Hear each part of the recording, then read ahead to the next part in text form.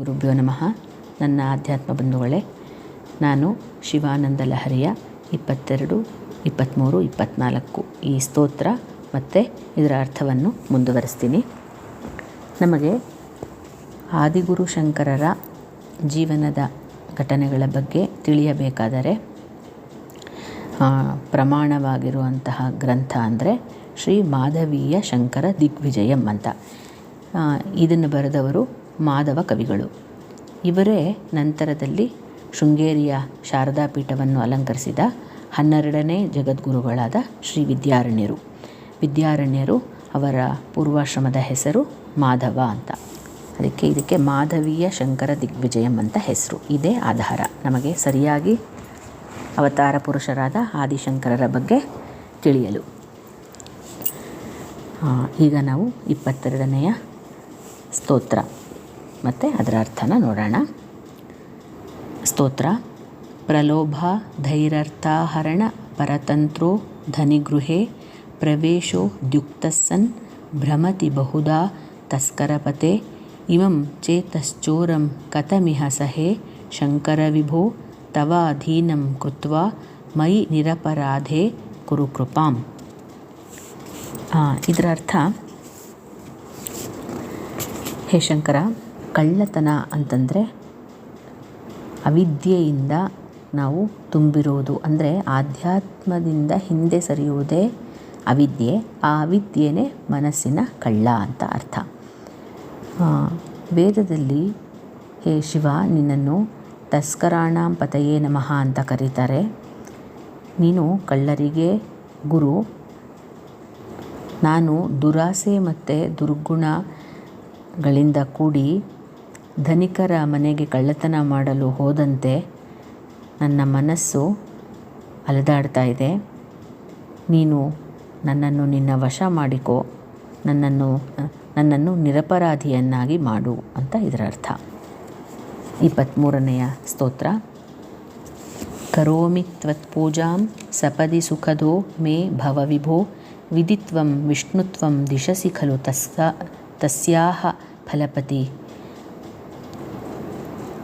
ತಸ್ಯಾಹ ಫಲಮಿತಿ ಪುನಶ್ಚ ತ್ವಾಂ ದ್ರಷ್ಟುಂ ದಿವಿ ಭುವಿ ವಹನ್ ಪಕ್ಷಿ ಮೃಗತಾ ಮದೃಷ್ಟ್ವಾ ತತ್ಖೇದಂ ಕಥಮಿಹ ಸಹೇ ಶಂಕರ ವಿಭೋ. ಇದರರ್ಥ: ಎಲೈ ಶಂಕರ, ನಿನಗೆ ಪೂಜೆ ಮಾಡ್ತೀನಿ, ನಿನ್ನನ್ನು ನಾನು ಸ್ತುತಿಸ್ತೀನಿ. ನೀನು ನನಗೆ ಕೈವಲ್ಯ ಪದವಿ ಸುಖವನ್ನು ಕೊಡ್ತೀಯಾ. ನೀನು ನನ್ನ ಪೂಜೆಗೆ ಬ್ರಹ್ಮ ಪದವೋ ವಿಷ್ಣು ಪದವೋ ಕೊಡ್ತೀಯಾ. ಅಂಥ ದೊಡ್ಡ ಪದಗಳನ್ನು ನಾನು ನಿನ್ನಿಂದ ಕೇಳಲ್ಲ. ಆದರೆ ಅಂತರಿಕ್ಷದಲ್ಲಿ ಪಕ್ಷಿಯಾಗೋ ಅಥವಾ ಭೂಮಿಯಲ್ಲಿ ಮೃಗವಾಗೋ ಜನ್ಮವನ್ನು ನನಗೆ ಕೊಟ್ಟೂ ಕೂಡ ನೀನು ನನಗೆ ನಿನ್ನ ದರ್ಶನ ಮಾಡಿಸದೇ ಇದ್ದರೆ ನಂಗೆ ಅದರಿಂದ ತುಂಬ ದುಃಖ ಆಗುತ್ತೆ. ಅದಕ್ಕಿಂತ ದುಃಖ ಇನ್ನೊಂದಿಲ್ಲ. ನಾನು ಹೇಗೆ ಅದನ್ನು ಸಹಿಸಲಿ ಅಂತ ಶಂಕರರು ಹೇಳ್ಕೊಂಡಿದ್ದಾರೆ. ಅಂದರೆ ದೊಡ್ಡ ದೊಡ್ಡ ಪದವಿಗಳು ಬೇಡ, ಚಿಕ್ಕ ಜನ್ಮ ಕೊಟ್ಟರೂ ಪರವಾಗಿಲ್ಲ, ನಿನ್ನ ದರ್ಶನ ಮಾತ್ರ ಬೇಕು ಅಂತ ಶಂಕರರು ಕೇಳಿದ್ದಾರೆ.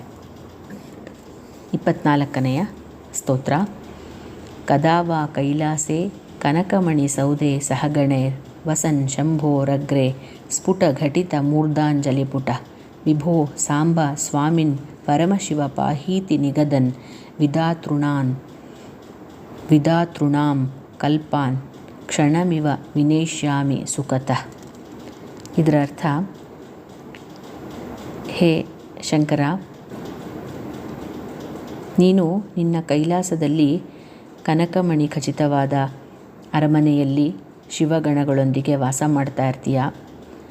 ನಾನು ನಿನ್ನ ಮುಂದೆ ಬಂದು ನನ್ನ ತಲೆಯ ಮೇಲೆ ಕೈಗಳನ್ನು ನಾನು ಇಟ್ಟು ಜೋಡಿಸಿ ಕೈ ಮುಗಿದುಕೊಂಡು ನಿಂತು, ವಿಭುವೇ, ಸಾಂಬನೇ, ಸ್ವಾಮಿಯೇ, ಪರಮಶಿವನೇ, ನನ್ನನ್ನು ಕಾಪಾಡು ಅಂತ ಪ್ರಾರ್ಥಿಸ್ತಾ ಅನೇಕ ಬ್ರಹ್ಮಕಲ್ಪಗಳನ್ನೇ ಕ್ಷಣ ಅಂತ ಕಳೆಯೋ ಸಮಯ ನನಗೆ ಯಾವಾಗ ಬರುತ್ತೆ, ನನ್ನ ಪಾಲಿಗೆ ಅದನ್ನು ಬರುವಂತೆ ನನಗೆ ಮಾಡು.